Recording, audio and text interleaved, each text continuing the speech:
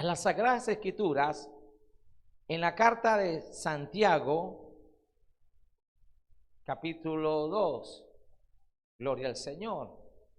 Y voy a predicar con más fuerza y con más ánimo y con más unción, amén, y con más gracia y sabiduría que el primer servicio. Por ahí ya me animaron, por ahí me colocaron un ñame, gloria al Señor. Bendito pastor, para que tenga fuerza, ñame, yuca, gloria a Dios. En los costeñol, bendito sea el nombre de Dios, amén. Yo crecí con padres antioqueños, la arepa, el chocolate, gloria al Señor, los frijoles, gloria a Dios. Pero no negamos nuestras raíces, la comida en nuestro país es una bendición, la gastronomía, amén. Gloria a Dios, el santo de devoción del pueblo del Señor, sancocho, gloria al Señor. Y todas esas bendiciones que el Señor nos da, pues hoy nos vamos a comer algo mejor, algo sabroso. Usted sabe en la mañana temprano lo que es una yuca cocinada con queso, con suero, gloria, una buena taza de café con leche. Ay, pastor, por favor, gloria a Dios. O un guineo de esos cocinados con cabeza de gato, bendito sea el nombre de Dios. La gente no sabe lo que se está perdiendo, gloria al Señor. Con respeto y cariño lo digo, pero ahora quien come es pura papa frita, hamburguesa, bendito sea el nombre de Dios. Pero sabe lo sabroso que es, ¿verdad? Cuando usted se come un guineo eso con mantequilla, cabeza de gato, gloria, y raya queso, vea, usted está en el cielo, hermano, gloria al Señor, amén a su nombre, bendito sea el nombre de Dios. Santiago capítulo 2, sonría que Cristo le ama, gloria a Dios, amén. Decía nuestro amado pastor Carlos, que hoy está en la presencia del Señor, que nosotros los cristianos no fuimos bautizados con vinagre ni ungidos con limón, sino con el Espíritu Santo de Dios, amén. Y el Espíritu Santo produce gozo. Capítulo 2, versículo 14 al 26, cuando usted lo tenga, pues un buen amén. Leemos la bendita palabra del Señor, con la bendición de Dios nuestro Padre, la bendición de nuestro Señor Jesucristo y la bendición del Espíritu Santo. Y el pueblo de Dios dice, amén. Hermanos míos, ¿de qué aprovechará si alguno dice que tiene fe y no tiene obras? ¿Podrá la fe salvarle? Y si un hermano o una hermana están desnudos y tienen necesidad del mantenimiento, o sea, del sustento de cada día, y alguno de vosotros les dice, y en paz, calentaos y saciaos, pero no les dais las cosas que son necesarias para el cuerpo, ¿de qué aprovecha?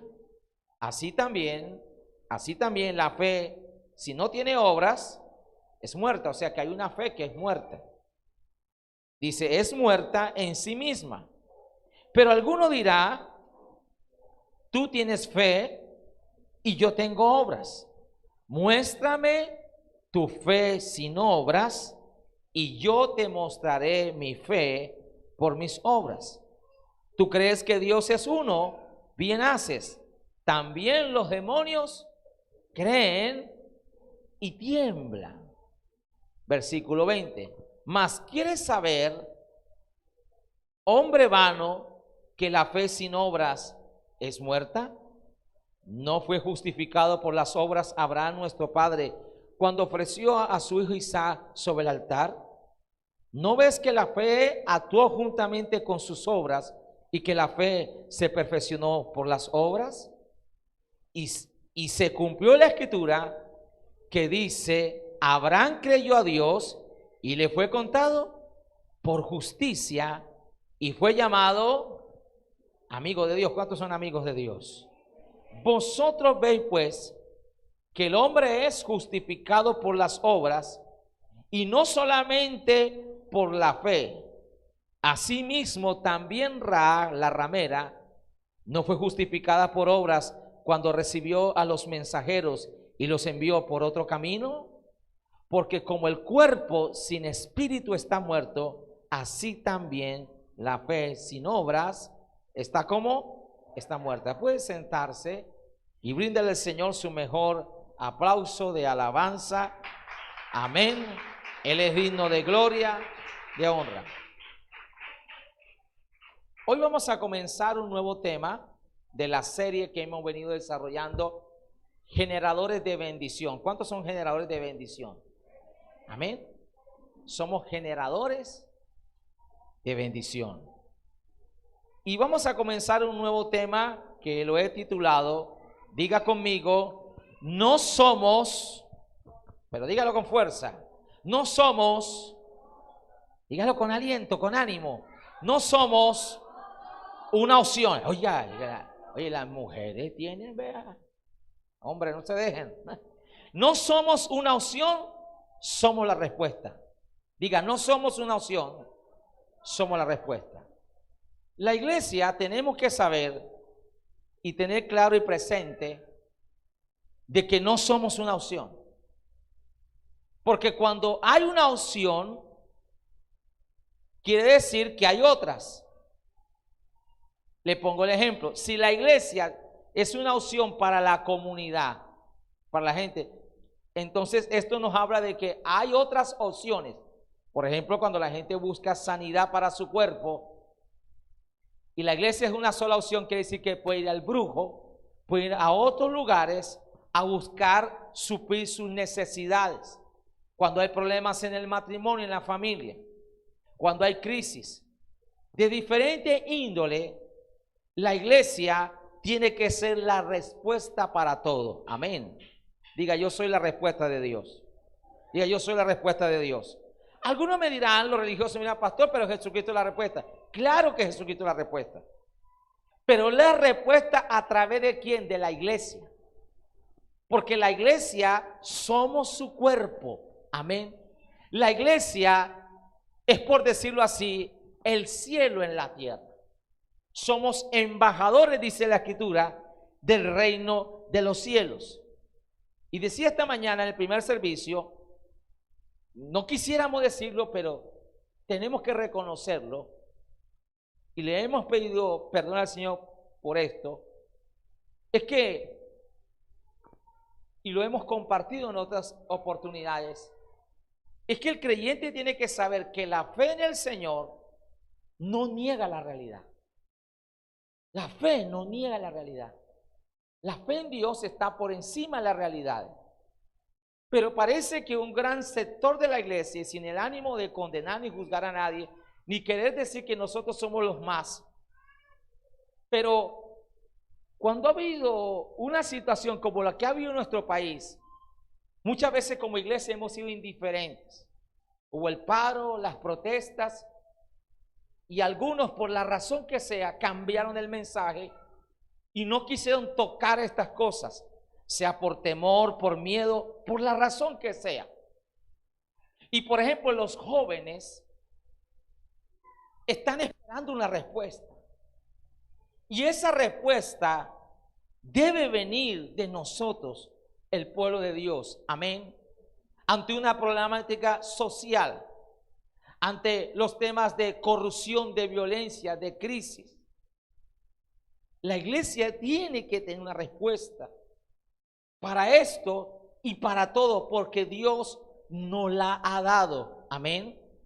Cuando vino esta situación de la pandemia, mucho pueblo de Dios o muchos que profesan la fe en Cristo le dieron la espalda. Algunos se les olvidó de congregarse, aunque ya por un tiempo fue de manera virtual.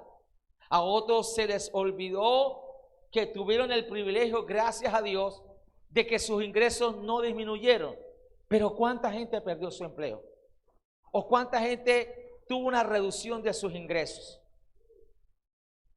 ¿Cuántas situaciones se vivieron y hoy todavía se viven porque apenas están aflorando las secuelas o las consecuencias de una pandemia como nunca antes vivida? ¿Y cuántos se les olvidó el principio bíblico que el Señor, más que obras, más que sacrificio, quiere misericordia? Me encanta la carta de Santiago. ¿Por qué? Santiago es uno de los libros que casi no acepta el canon judío como inspirado por Dios. Usted va a encontrar la batalla, como estamos en el mes de la Biblia, que algunos hablan de que hay otros escritos. Claro que sí, muchos escritos más hay, como los libros apócrifos. Pero sabe, estos libros no fueron aceptados por el canon judío como inspirados por Dios. Y Santiago entró en ese cuestionamiento. ¿Por qué? Porque parece que Santiago contradice a Pablo. Pablo nos habla en sus escritos, en sus epístolas, de que la fe, y es así, la fe es la que realmente produce, da la salvación al hombre, la fe en Jesucristo. Amén. Y cuando usted lee a Santiago a primera vista, parece que contradice a Pablo. Amén. Y hoy vamos a mirar que no es así. Que de ninguna manera algunos lo interpretan de esa forma. Y Santiago es la carta que nos habla de la ética bíblica, de cómo es la conducta y el comportamiento del cristiano, del que profesa la fe en el Señor. Pero Santiago es una carta que también me encanta porque revela el carácter de Dios, el corazón de Dios, en cuanto que el Señor se inquieta, que el Señor ama a todos y especialmente Dios, para Dios es muy importante la gente más vulnerable, las viudas, los huérfanos, los presos, los extranjeros, los ministros, porque ya en el antiguo pacto Dios se lo había hablado a su pueblo Israel y se lo había ordenado. Entonces Santiago es la carta de la ética cristiana, pero pues Santiago nos lleva a mostrarnos de que, por ejemplo, la religión sin mácula, la religión sin mancha, o sea, verdadera, es precisamente tener misericordia, ayudar a aquellos que están en unas condiciones precarias o en unas condiciones de desventaja a diferencia de otros. Quiero que me acompañe al capítulo 19 del libro de Levítico. El libro de Levítico es conocido como el libro de la santidad. Amén. Y a mí me llama la atención, mientras usted lo busca, gracias, es que muchos profesan una santidad que no es bíblica, una santidad que no es genuina, y omiten lo que precisamente Dios habla acerca de la santidad y de la justicia. Usted va a encontrar un título en la Reina Valera, en el capítulo 19 de Levítico, que nos habla de la santidad y de la justicia, porque Dios es un Dios de justicia, Dios es un Dios justo.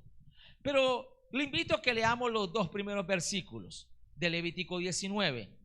Habló Jehová a Moisés diciendo: habla a toda la congregación de los hijos de Israel y diles: santos seréis, porque santo soy yo, Jehová vuestro Dios. Entonces vienen unas ordenanzas del Señor en cuanto a guardarse ciertas cosas, de honrar a los padres, del tema de las ofrendas. La ofrenda es sacrificio, pero llega un punto donde Dios ahora va a hablar, va a direccionar a su pueblo a través de Moisés cómo debe ser nuestro accionar. Escúcheme bien, cómo debe ser nuestro comportamiento hacia el prójimo. Entonces Levítico capítulo 19, oh gloria al Señor, versículo 9 nos dice, por ejemplo: cuando sigues la mies de tu tierra, no segarás hasta el último rincón de ella, ni espigarás tu tierra segada, y no rebuscarás tu viña, ni recogerás el fruto caído de tu viña. ¿Para qué? Para el pobre y para el extranjero lo dejarás, yo Jehová vuestro Dios. Los que han leído y han estudiado el libro de Ruth, recuerda cómo vos le ordenó a sus criados, cumpliendo la palabra de Dios dada en Levítico a través de Moisés, de que no lo recogieran todo lo de la cosecha, sino que lo que caía de los árboles, por ejemplo, lo que caía al piso, no lo recogieran, lo dejaran. ¿Para quién? Para el pobre, para el extranjero. Jesús dijo que tendríamos pobres entre nosotros. Amén. Amén. ¿Por qué? Porque a veces hay una teología, hay una idea de como que ser pobre es malo o ser pobre es pecado. Amén. Esas teologías de la hipergracia o de la superprosperidad. Entonces hay gente que crea un resentimiento social y un resentimiento hacia Dios por su condición de pronto económica, por su condición social. Y la Biblia deja claro cómo el Señor tiene cuidado, lo hemos estado compartiendo, de su creación. Cómo Dios tiene cuidado de toda su creación, donde el ser humano somos la corona de la creación de Dios. Amén. Porque fue a los únicos que Dios nos hizo a su imagen y semejanza. Entonces el Señor, en su infinita bondad y sabiduría, provee y da instrucciones y da la manera cómo hacerlo ante estas situaciones que son una realidad que no podemos negar. Amén. A su nombre. Gloria al Señor. ¿Cuántos están aquí en esta mañana? Pero el versículo 11 de Levítico sigue diciendo, y esta manera de introducción: no hurtaréis, no engañaréis, ni mentiréis el uno al otro, y no juraréis falsamente por mi nombre, profanando así el nombre de tu Dios, yo Jehová. No oprimirás a tu prójimo, ni le robarás. No retendrás el salario del jornalero en tu casa hasta la mañana. Y esto me da duro a mí también. Los que tenemos la oportunidad de tener personas que nos prestan un servicio o empleados. Cuando llega el momento en que hay que pagar el salario y no se puede. Pero Dios está hablando de aquí, de aquellos que pueden hacerlo y no lo hacen y retienen el salario. Que no quieren cumplir con lo pactado, que no quieren pagar. Entonces dice: no retendrás el salario del jornalero en tu casa hasta la mañana. O sea, para Dios esto es tan importante, tanto que la palabra dice que el salario del trabajador, hay una demanda delante de Dios, que Dios da semilla al que siembra y pan al que come. Y que el Señor dice que hay paga para tu trabajo. Amén. Amén. Porque nuestro Dios es justo. Pero ahora dice el versículo 14: no maldecerás al sordo. O sea, no se está hablando de que van a haber personas con discapacidades. En la educación se habla de estudiantes, de niños con necesidades especiales. Dice: y delante del ciego no pondrás tropiezo, sino que tendrás temor de Dios, yo Jehová. No harás injusticia en el juicio, ni favoreciendo al pobre porque que es pobre. Pero dice: ni complaciendo al grande, o sea, al poderoso, al rico.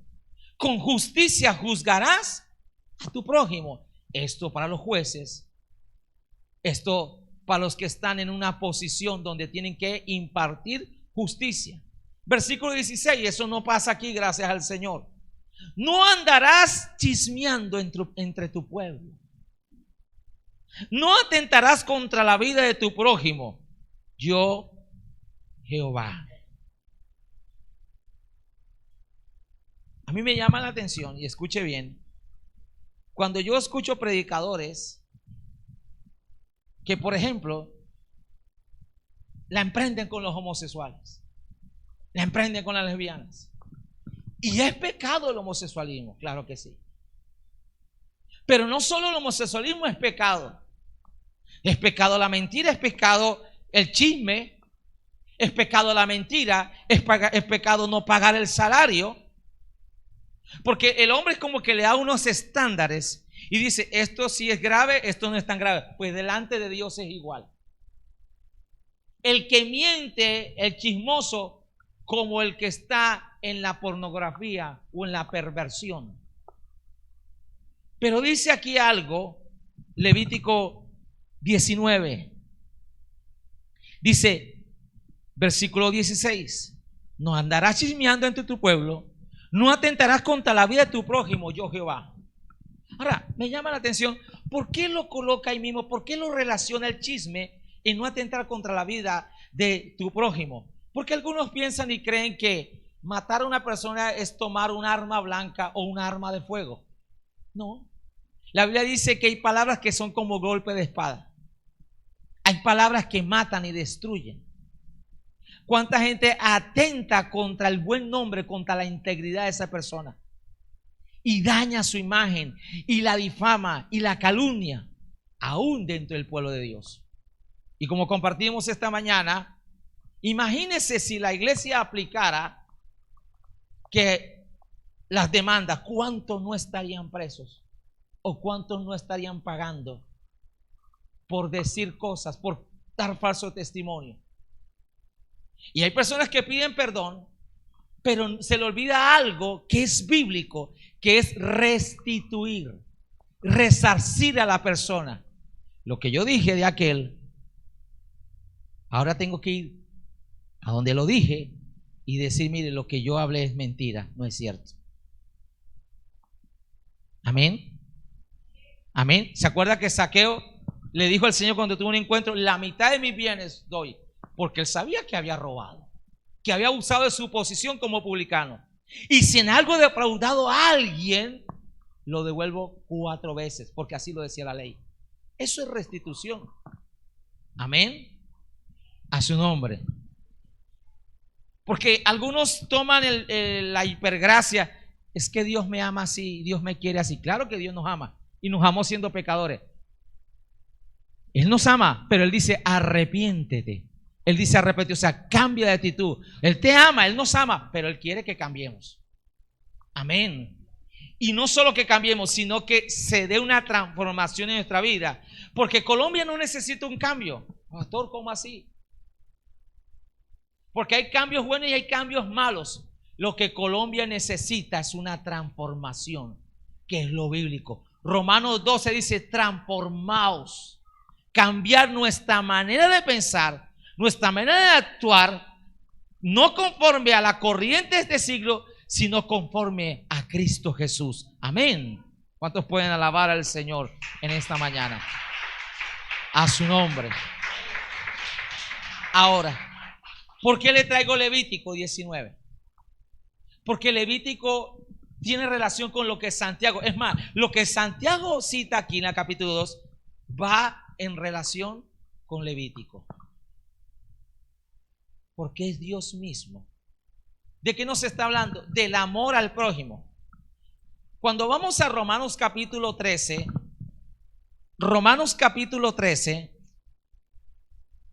versículo 8. Y crea que este versículo también me pega duro a mí. Pero como la palabra es espada de 2 filos, corta allá y corta acá. El predicador que diga, ahí este mensaje está bueno para los hermanos tal, a quien primero le va a pegar Dios, le va a hablar, es a él. Amén. Y no se me vuelva puertorriqueño con el cariño de los hermanos puertorriqueños. Ay, este mensaje está bueno para el hermano tal, lástima que no vino, no se conectó. No, es para ti y es para mí. Romanos 13 dice, versículo 7 primeramente, pagad lo que debéis, al que tributo, tributo, al que impuesto, impuesto, al que respeto, respeto, al que honra, honra. O sea, pague sus impuestos de honra, respete. Pero el versículo 8 dice algo, no debáis nada a nadie. ¿Cómo así, pastor? Entonces no puedo tener deudas. ¿Cuándo se cumple esta palabra? Por ejemplo, uno le dice a la persona, le dice hermano, yo te pago el otro domingo. Y llega el otro domingo y uno no le paga, ya uno está debiendo. Pero mañana no estás en deuda. El martes no está en deuda porque lo pactado fue el otro domingo. Y si yo sé que no voy a poder cumplir, tengo que acercarme y decir, no te voy a poder cumplir, dame un tiempo más. O con el banco o con quien sea. Amén. Pero cuando dice el versículo 8, no solo se refiere a dinero.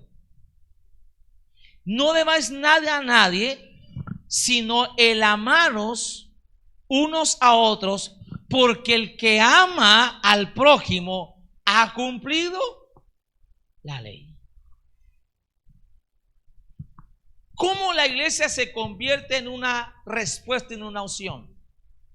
Cuando la iglesia tiene claro lo que es el amor al prójimo.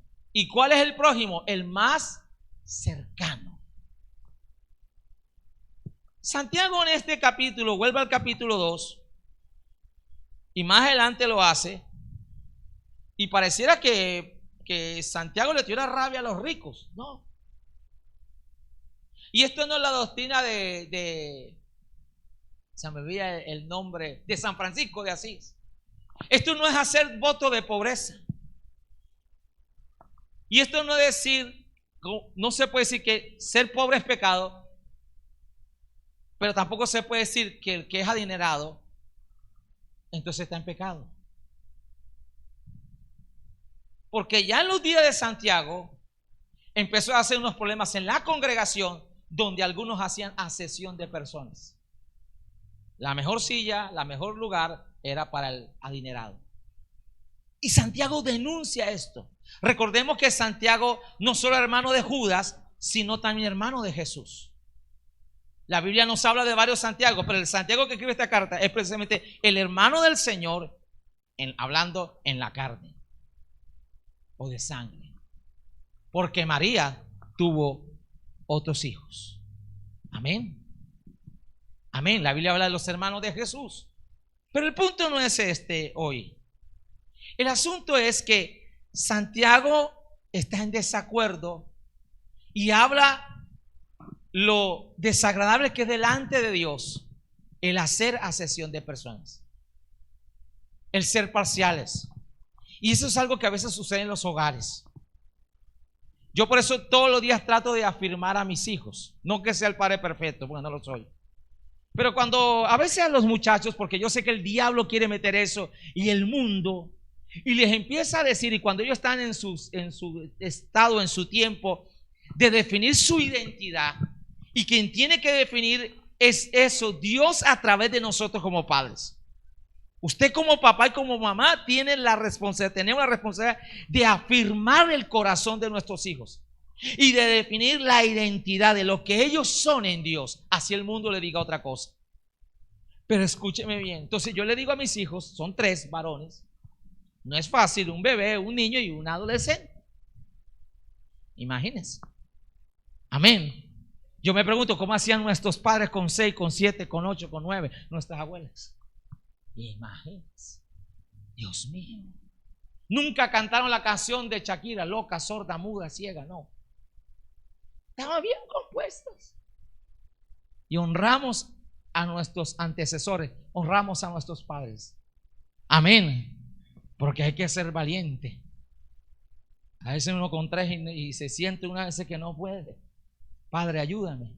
Pero yo les afirmo y les digo que a todos los amo por igual. Que así como Dios nos ama, porque Dios no te ama porque oras más, porque ayunas más, porque no. Si colocaras en la balanza, ¿a quién ama a Dios más? ¿Un hijo de Dios o uno que todavía no se ha arrepentido? A ambos. Porque el amor del Señor es incondicional. Entonces yo los afirmo y les digo, no hay asesión de personas aquí. No hay hijos favoritos. Amén. Porque a veces eso se comete en los hogares y se crea esa rivalidad en el corazón de los hijos, o cuando se da la comparación. Se crea esa rivalidad en las congregaciones también. Escúcheme bien. Pero oído a esto. Santiago entonces nos enseña varios aspectos y vamos a ver 3 en que podemos clasificar este pasaje que hemos leído desde el versículo 14 hasta el 26 de Santiago capítulo 2. Para los que toman notas, juiciosos estudiantes, Los que no se quedan mirando así como que, ¿por dónde que fue la cosa? Lo primero es que vamos a ver la interpretación de la fe en el versículo 14. La fe hay que interpretarla. Lo segundo es la identificación de la fe. Desde el versículo 15 al 20. Y lo tercero, la ilustración de la fe. Desde los versículos 21 al 26. Entonces, hoy vamos a hablar en primer lugar la interpretación de la fe, la identificación de la fe y la ilustración de la fe. Y no se preocupe, que si no terminamos hoy, por el tiempo, continuamos el próximo domingo con la ayuda del Señor. Entonces la fe se interpreta, la fe se identifica y la fe se ilustra. Ahora, ¿por qué la interpretación de la fe? Santiago nos enseña. Porque algunos dicen que Pablo y Santiago se contradicen. Pero lo que nos vamos a dar cuenta es que tienen diferentes puntos de vista.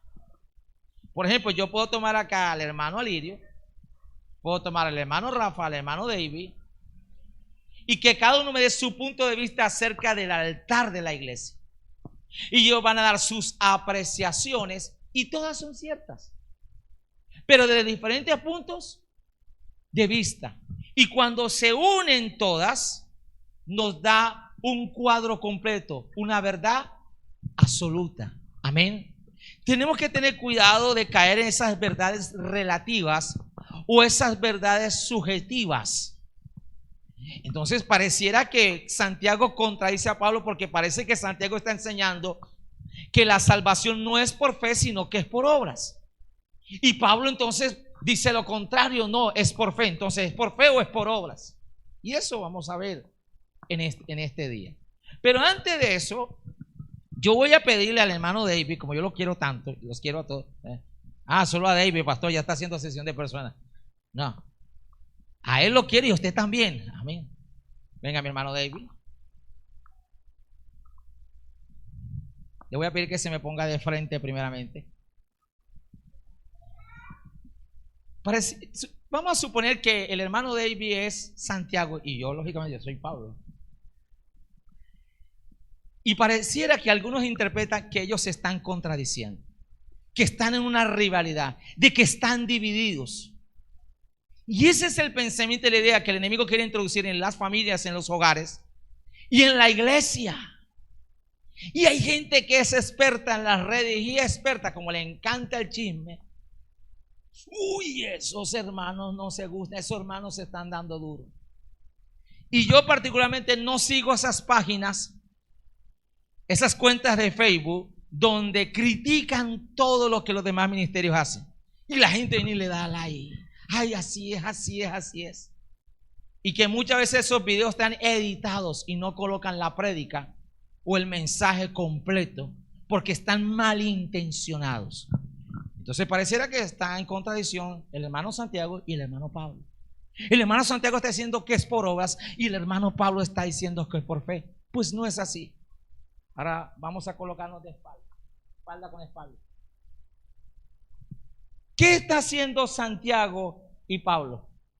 Están espalda con espalda, cada uno en un punto de vista, pero unidos. Vamos a caminar, vamos a caminar.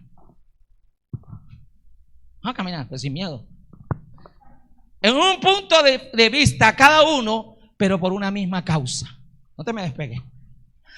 Aquí hasta el final del culto. Entonces, ¿sabes? Gracias, mi hermano.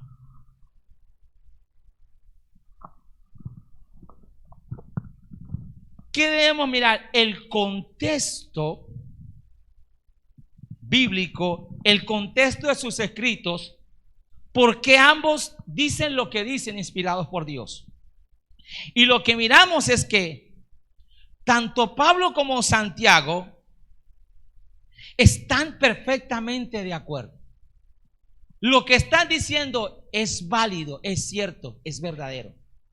Y cuando lo unimos, podemos tener una revelación de Dios completa y poder entender cuál es el propósito del Señor. Y es que en cuanto a la interpretación de la fe, que es el primer punto, entendemos que la definición de fe que usaron tanto Pablo como Santiago es que, ¿cuál es?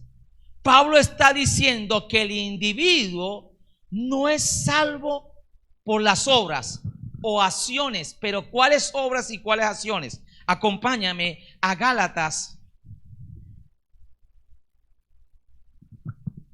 Acompáñeme a las Sagradas Escrituras y vamos a poder entender lo que nos está diciendo. Gálatas capítulo 2, versículo 16. Capítulo 2, versículo 16. Dice así la Escritura: sabiendo que el hombre, lo está diciendo Pablo, que el hombre no es justificado por las obras de la ley, sino por la fe de Jesucristo, nosotros también hemos creído ¿en quién? En Jesucristo, para ser justificados por la fe de Cristo y no por las obras de la ley, por cuanto las obras de la ley nadie será justificado. Ahora, ¿cuáles son las obras de la ley? El antiguo pacto que decía la ley mosaica: el que no haga estas cosas morirá. Y no solamente morirá, sino que es maldito. Por eso la Escritura dice que Cristo nos redimió de la maldición de la ley. Porque, ¿cómo fue conocido el pecado? Por la ley. Dios colocó la ley para que el hombre conociera el pecado, para que el hombre se diera cuenta que lo que estaba haciendo era pecado, estaba mal delante de Dios. Pero a través de Jesucristo, cuando creemos en Él, somos justificados. Ahora, ¿qué es la justificación? Que por el sacrificio del Señor, Dios nos declara justos. No por lo que hayamos hecho, no por lo que estamos haciendo, no por lo que vamos a hacer, sino por lo que Él hizo. O sea, nos vistió de justicia. Amén. Entonces Dios te ve justo. Sí, a ti te ve justo, pero por Jesucristo que has creído en Él. Ahora, Pablo dice, no es justificado por las obras de la ley. Porque esa misma ley decía: no robarás, no matarás, no adulterarás. Y puede ser que alguien no robaba, no mataba, no adulteraba, estaba cumpliendo la parte de la ley, pero mentía, engañaba. Entonces nadie podía cumplir la ley en su totalidad. Al pastor, entonces, ¿con qué propósito? Porque la ley dice, Gálatas, que fue dado como una nodriza o como un tutor, un ayo llama, que se encarga de preparar al muchacho, o como cuando usted contrata una profesora personal particular para que le prepare a su hijo, a su pequeño, antes de entrar a la escuela. Entonces la ley vino para preparar al hombre. ¿En qué sentido? Mostrarle que el hombre no podía cumplir la ley y entonces pudiera mirar ¿a quién? A Cristo Jesús. Amén. Amén.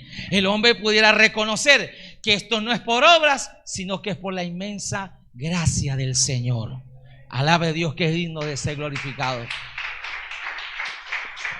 Entonces, ahí cobra vida Efesios 2:8. Por gracia, don y merecido, sois salvos. No es don de vosotros, sino es don de quién? De Dios. Ninguno de nosotros puede decir: ay, es que yo una mañana me levanté con unas ganas de buscar a Dios, de ir a Maranata en gloria, no sé, porque es que yo sí he cambiado. No, todos somos pecadores y Dios en todos tuvo que permitir situaciones aún dolorosas para que pudiéramos acercarnos a Él. Ese es el amor del Señor. Entonces entender que es por gracia. Ahora, miremos esto. Pablo está diciendo entonces que el individuo no es salvo por las obras o las acciones de la ley. Acompáñame a Romanos capítulo 3, versículo 28. Está mucho antes de Gálatas, antes de Corintios. Romanos 3, 28 dice: concluimos a conclusión, que el hombre es justificado por fe sin las obras de la ley. O sea, como lo dice en Gálatas también. Pablo entonces está diciendo que el hombre no es justificado por las obras de la ley, sino ¿por qué? por la fe en Jesucristo. O sea, vuelvo y digo, no, Señor, como yo oro tanto, como yo ayuno, como yo predico, Señor, yo me merezco más el cielo, me merezco más tu favor. Por eso es una mentira cuando a la gente se le enseña que la cantidad de dinero que dé, eso va a hacer que desate la bendición de Dios. Porque Dios lo que primero mira es el corazón. Ahora, si dice la palabra, el que siembra generosamente recogerá, pero desde el corazón. ¿Por qué la viuda Jesús dijo, dio más que los ricos? Porque los ricos dieron lo que lo que no les costó. Pero ella dio lo que tenía. Dio su sustento. Entonces Jesús dice, ya dio más. Ahora Jesús, como no es miope, gracias a Dios, miró a la viuda su ofrenda y la miró a ella. Lo mismo que hizo con Caín y Abel. Dios miró la ofrenda de Caín y la ofrenda de Abel, pero antes de eso miró el corazón de ambos. Amén. Amén. O sea, Dios mira, observa por cómo está nuestro corazón, cómo son nuestras actitudes, por qué hacemos lo que hacemos. Ahora, viene este punto aquí. Entonces Pablo nos enseña que la salvación es por fe en Jesucristo. Entonces, ¿cómo podemos, pastor, reconciliar lo que dice Pablo y Santiago? Sencillo.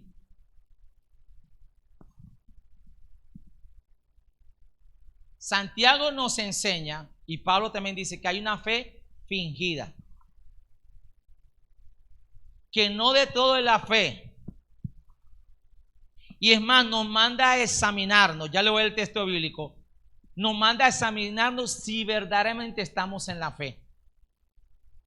Porque hay una fe fingida, hay una fe muerta, pero hay una fe viva, una fe real, verdadera.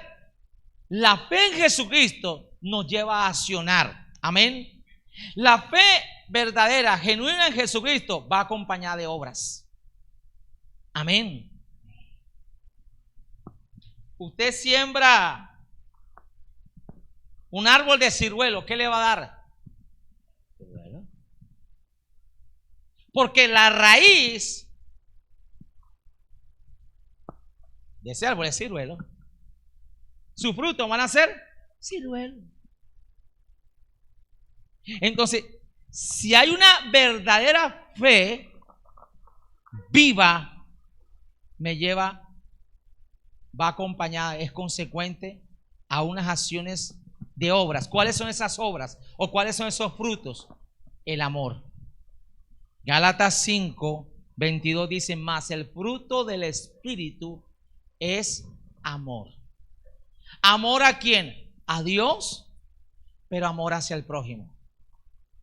Entonces, muchos profesan la fe en el Señor, pero aborrecen a su hermano. No le hablan del hermano, odian al hermano, hacen distinción.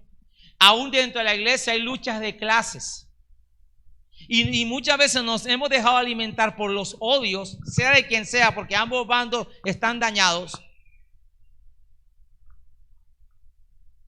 Que no hay oportunidades, que el capitalismo es malo, que el otro sí es bueno, que este es terrible, que el otro es bueno. Y lo lamentable, pueblo de Dios entra en una división y se deja llenar de ideologías y se le olvida que estamos en esta tierra, pero no somos de esta tierra. Amén. Bueno, los que lo creen, yo lo creo. Que estamos como advenedizos y que nuestra mirada está puesta en las cosas arriba, con los pies en la tierra, pero con la mente de Cristo. Amén. Entonces, lo voy a decir con cariño y respeto, pero lo tengo que decir. No, que como es venezolano y se crea una xenofobia. No, es del interior del país, no es costeño, no viene del norte, viene del sur, no sé qué. Es que la iglesia mía es más ungida, es que esta es la menos ungida, es que aquellos son mundanos, es que aquellos somos de la senda antigua. Y empieza a crearse eso. ¿Y sabe quién es el más contento? El diablo. Porque divide y reinarás. Y a veces voy a algo más. Cuando vamos a hacer, la palabra nos manda a hacer el bien, porque hemos sido llamados por Dios a hacer el bien. Y dice, no te canses. El mismo Gálatas 6 dice, no desmayes de hacer el bien, porque a su tiempo vas a cegar. No ser, es un deber cristiano. Romanos dice, no seas vencido por lo malo, sino que vence el mal por el bien. Entonces ahora sí entramos en el mensaje, ya para ir cerrando la primera parte. Y es que Santiago está diciendo, la fe genuina va acompañada de ¿qué? De obras. Dice alguien, no digo que es cierto, que una vez hubo una reunión del diablo con sus demonios. Y digo, ¿cómo hacemos que estos cristianos dejen de creer en su Dios? El primer demonio dijo, vamos a decirles que Jesucristo no existe. Y como no existió, ¿para qué entonces creen en alguien que no es real? El otro demonio vino y dijo, no, vamos a decirle que todo se termina cuando la persona se muere. Todo se acaba cuando la persona se muere, entonces no tiene sentido. Pero el otro demonio dijo, como que era el más inteligente, dijo, no. Vamos a decirles que crean en Dios, que crean en Jesucristo, que profesen a Dios, que profesen a Jesucristo, pero que ellos pueden salirse cuando quieran, que con profesarlo es suficiente y pueden volver a su estilo de vida que tenían antes. Y el diablo dijo, uy, esta es la mejor idea. Santiago nos lleva una fe práctica, porque hay mucha liturgia, hay mucho discurso, hay mucha teología dentro de la iglesia, y no que la teología sea mala siempre y cuando sea bíblica. Pero ¿cuánto de lo que creemos, de nuestras convicciones de Dios, lo llevamos a la práctica? Y como voy cerrando, le dije, vuelva conmigo a Santiago. Y quiere saber más de estos temas, no se pierda nuestras escuelas dominicales. Versículo 14, hermanos míos, ¿de qué aprovechará si alguno dice que tiene fe y no tiene obras? Por la fe, ¿salvarle? Entonces hemos interpretado la fe. La fe genuina va acompañada ¿de qué? ¿De qué va acompañada? De obras. Papi, yo te amo. Papá, yo te amo. Pero no le manda el medicamento. No lo va a visitar. Profesa que lo ama, pero no lo ama de verdad. Porque si le duele papá y mamá, hará lo posible y lo imposible para ir a verlo, o por lo menos para mandarle. Amén. Amén. Pastor, yo estoy con usted los jueves violentos. Hay líderes que me dicen, yo estoy los jueves violentos con usted, pastor, pero no vienen. Ay, pastor, no se meta por ahí. Señor, heme aquí, envíalo a él. ¿De qué sirve rasgarnos por Colombia, orar, lo digo con respeto, un lunes de oración, un ayuno, y cuando el país nos necesita, nos salimos? Amén. Amén. Y le hemos permitido al enemigo, a los hijos del mal, que tomen terreno y cojan las redes sociales y comiencen a difamar su poco de mentiras, de odio y de cuantas cosas para destruir un país. Porque es fácil juzgar al gobierno, póngase en los pies del gobierno, pero es fácil también juzgar a los jóvenes, pero póngase en el lugar de esos jóvenes que algunos no tienen oportunidades, que algunos vienen tan marcados de su casa, de sus padres, abusados y resentidos, y viene alguien que los manipula y se les presenta como la solución, y ellos, como están necesitados de aceptación, como están necesitados de ser amados, porque son necesidad del hombre, ven que ahí está la respuesta cuando no es. Porque los que no saben que están siendo llevados como ovejas al matadero. Y tú y yo que tenemos la verdad, tú y yo que tenemos los recursos del Señor, no hacemos nada. Nos rasgamos los vestidos. No digo que no los rasguemos, no digo que no oremos, pero ¿qué hacemos? Amén. La iglesia tiene una ventaja, por decir, sobre el gobierno, que usted y yo podemos entrar a lugares donde ni la policía se atreve a entrar. Usted sabe el barrio aquí en Barranquilla que llaman La Bendición. Ni la policía entra. Y ahí hay hermanos nuestros que entran. Porque no estamos desconociendo unas realidades que hay. Unos factores de seguridad. Este lugar que fue declarado zona roja, que ya no lo es, gracias a Dios. Roja, pero de la sangre de Cristo. ¿Ah? ¿Cuántos aquí, no sé yo, lideraban la banda del Peterete, del Chompira, del Botija? Y Dios los rescató. Ahora no todos vienen de ese, no todo el que es evangélico porque viene de la drogadicción o bien, no me refiero a eso. Pero a veces se nos olvida lo que Dios hizo por nosotros. Cuánta gracia, cuánto amor, cuánta bondad tiene Dios con nosotros. Y estamos en un círculo vicioso. Quiero cerrar aquí. Dice Santiago, ahora la identificación de la fe, y lo vamos a continuar el próximo domingo. Ya habla de la interpretación de la fe, pero ahora la fe se tiene que identificar. Si tú no te identificas con la otra persona, lo que Jesús hizo, se hizo hombre.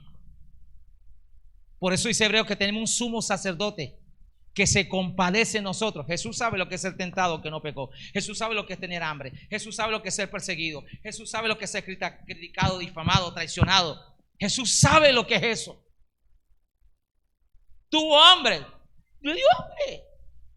Tuvo sueño, sí. Por eso yo alabo a mi Cristo. Yo no sé si usted lo alaba. Por eso yo alabo a mi Cristo. Amén a su nombre. Porque no tenemos un Dios que es indiferente. Amén.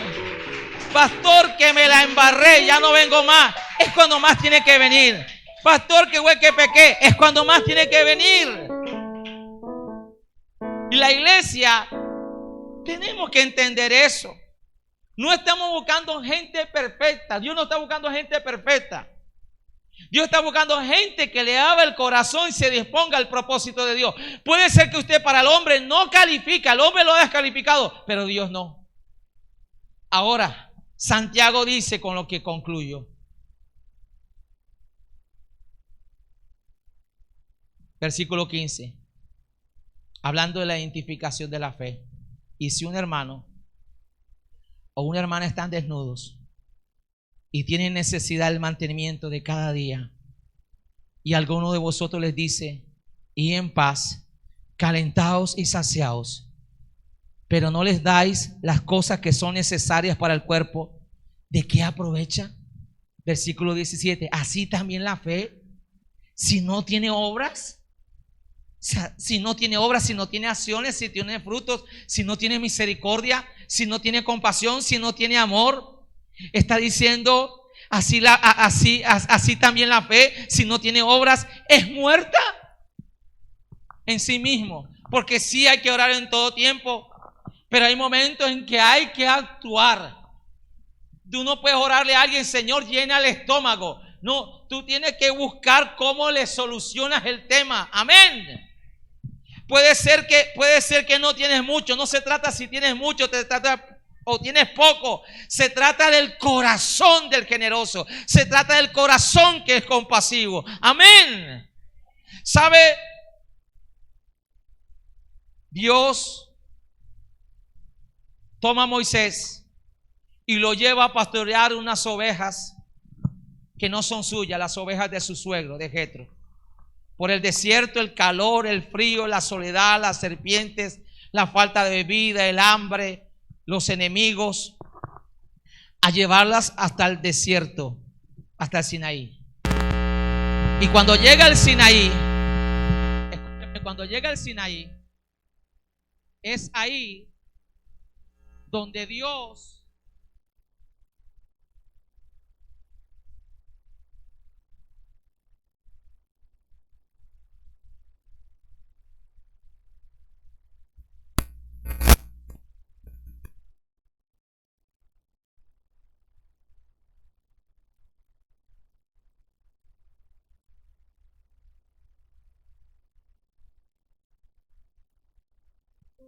pueblo, seres humanos, que los saque de Egipto, los lleve por el desierto a la tierra prometida. Oído lo que voy a decir para que oremos.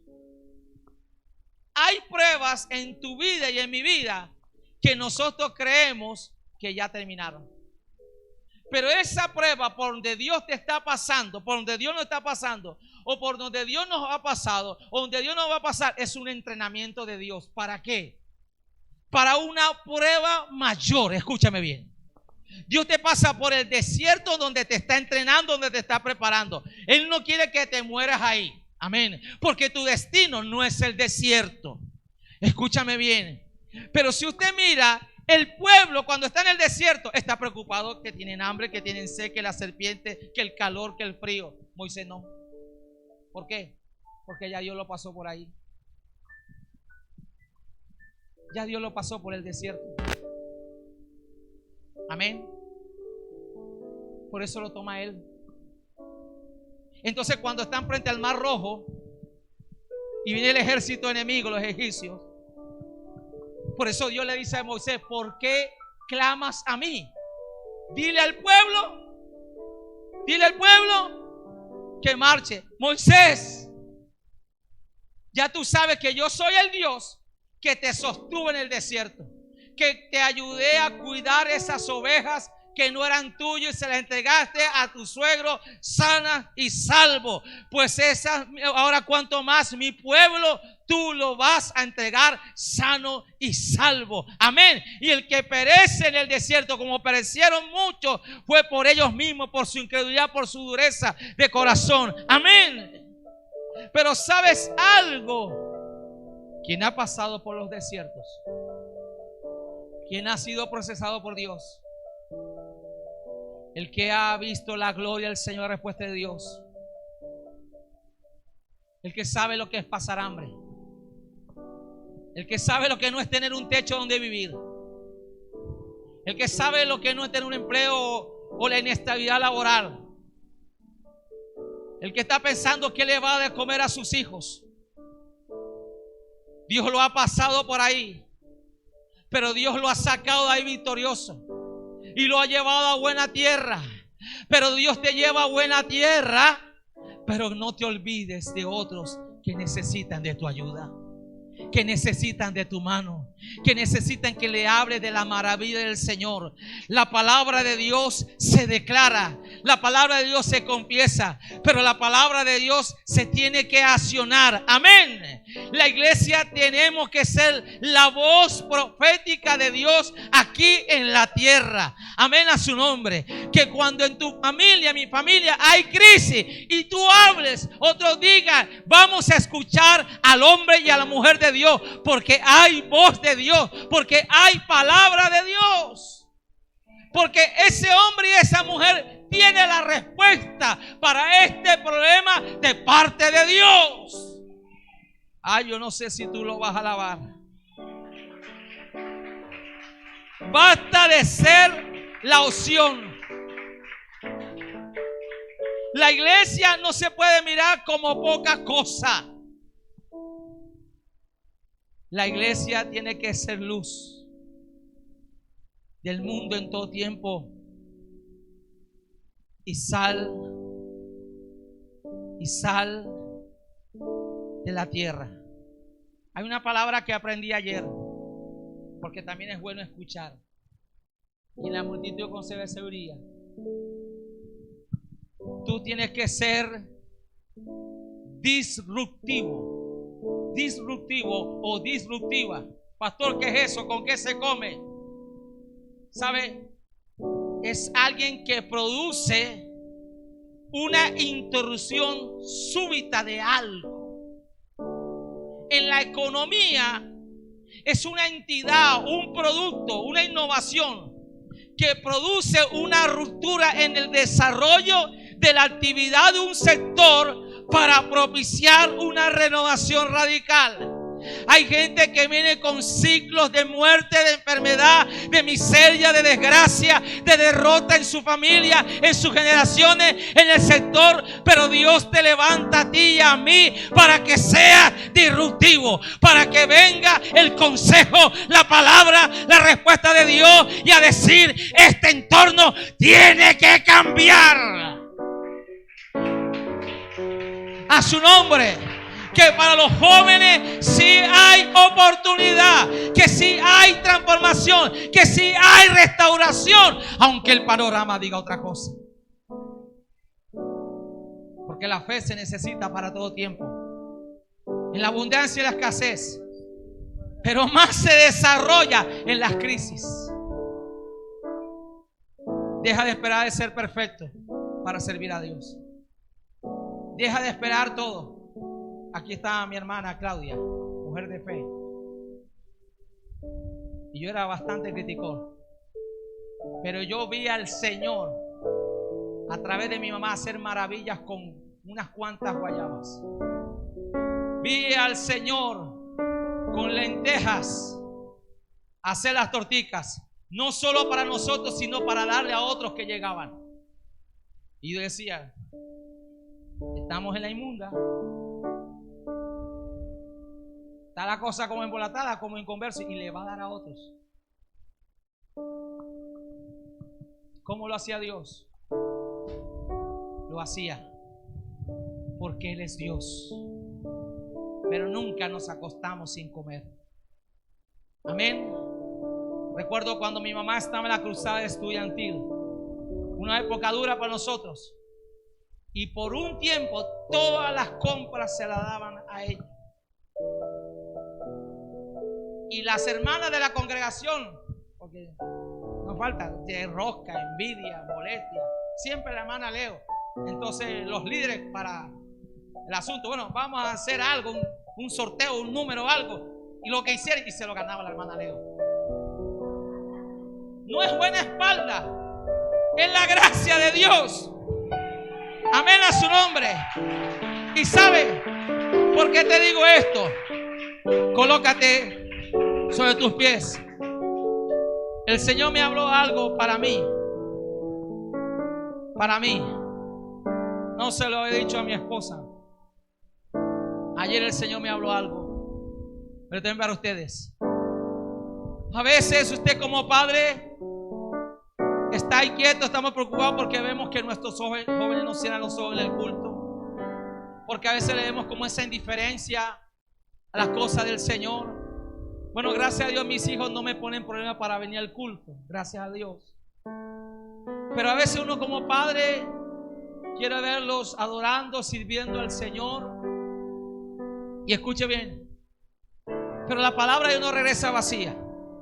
Y el Señor me dijo: voy a despertar el espíritu de tus hijos, y voy a despertar el espíritu de muchos hijos.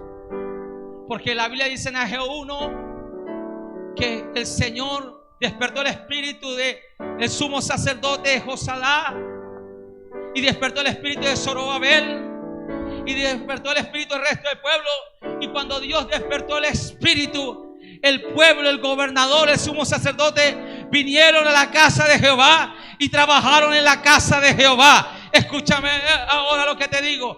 Dios va a despertar el espíritu de nuestros hijos a través de una palabra del predicador, del pastor, de una promesa que Dios te da a ti. A través de alguien Dios va a usar un instrumento, un momento, escucha bien, pero va a despertar su espíritu, porque el enemigo ha querido apagar el espíritu de nuestros hijos, ha querido matarlo, y aún el nuestro. Escúchame bien, esta pandemia vino a matar y a destruir y a apagar el espíritu de muchos, pero hoy hay soplo de vida en el nombre del Señor, y Dios despierta el espíritu para servirle, para adorarle, para hacer la respuesta de Dios.